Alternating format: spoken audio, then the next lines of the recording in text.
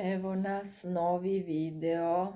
Sada malo nešto drugačije za sve vas koji ste u mojoj anketi glasali za to da vas interesuju i neke druge teme osim muško-ženskih odnosa.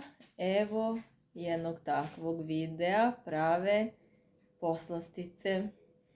Ja videe zaista ne pripremam unapred, onako kako mi inspiracija dođe i kako me povede, tako i moja priča skrene, pa da krenemo. Tema uvek klikne nekako sama, dođe od negde.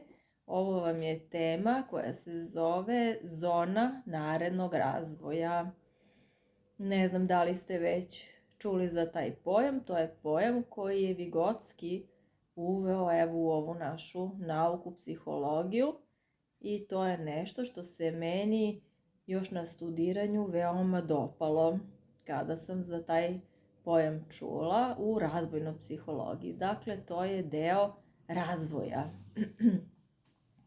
Uvek sam za to, naravno, da živimo svesno i naravno da uvek napredujemo, da to ovako bude jedna spirala na gore. Nekad malo skliznemo i na dole, ali onda se naravno popnemo još više, jer uvek učimo neke lekcije i zato smo tu, ali smo svi sa nekim različitim temama životnim ovde. Ne učimo svi iste lekcije, neke oblasti koje nama baš onako i ne idu, nekome su onako tip top, neko u tome pliva kao riba u vodi, a mi se možda mučimo i učimo i dalje. Ali sve je to normalno i nemojte da vas to brine. Dakle, zona narednog razvoja. Uvek budite u kontaktu i druženju sa ljudima koji vas guraju. Guraju da saznate više, da saznate bolje, da dobijete više informacija, da vam budu podstrek. Ali zona narednog razvoja, ovo naredni razvoj podrazumeva malo vam negde nešto fali da biste taj stepenik savladali. Znači, ne nešto potpuno vama nepoznato, ne nešto što vas uopšte ne zanima, nešto gde ste vi tu, već plivate, ali onako fali vam još malo da biste to krenuli da savladavate. Kao dete kad treba da uči nešto novo, a mi ga samo malo i blago gurnemo, podstaknemo, damo mu malo možda i nekih konkretnih savjeta kako će ono to da savlada. Mi smo stalno u tim nekim zonama narednog razvoja i tu imamo zaista najveći potencijal da napredujemo.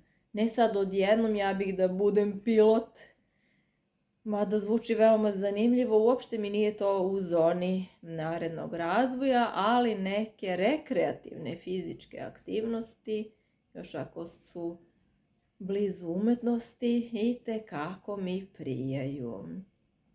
Uvek birajte, znači, ljude koji vas podstiču, gde ćete u susretu da pokrenete svoje vijuge, gde ćete moći da pitate, gde ćete da budete podstaknuti.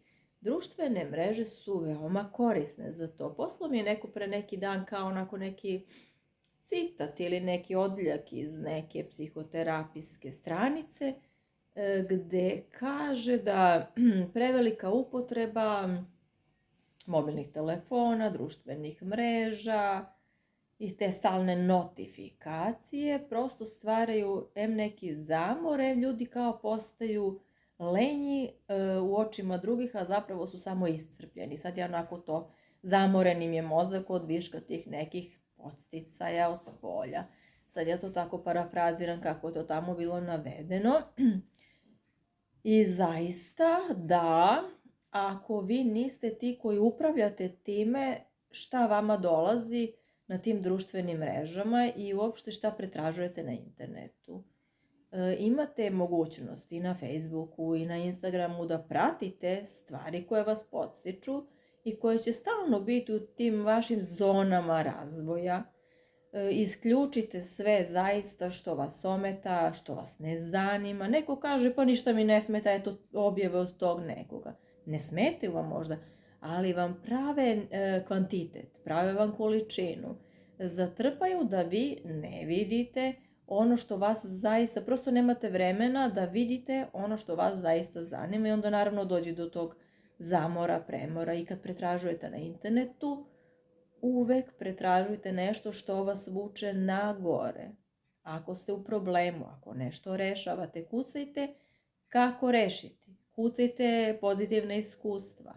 Nemojte da kucate one forume gde se ljudi jedni drugima žale i kukaju kako nema spasa, kako tako, depresivno, ne.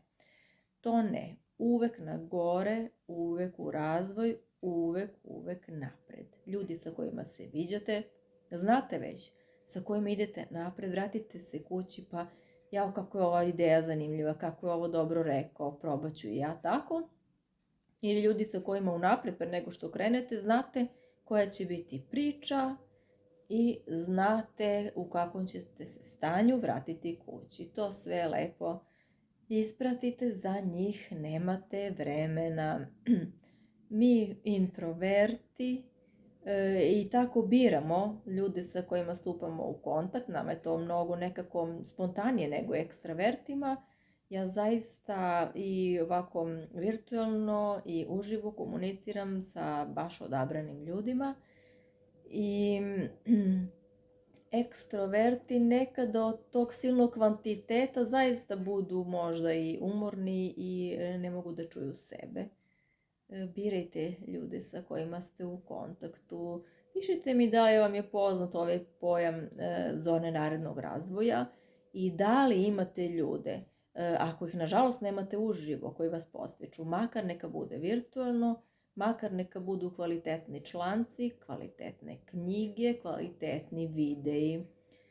Eto, jedan spontani video koji nije o muško-ženskim odnosima, može i toga da bude. Pozdrav!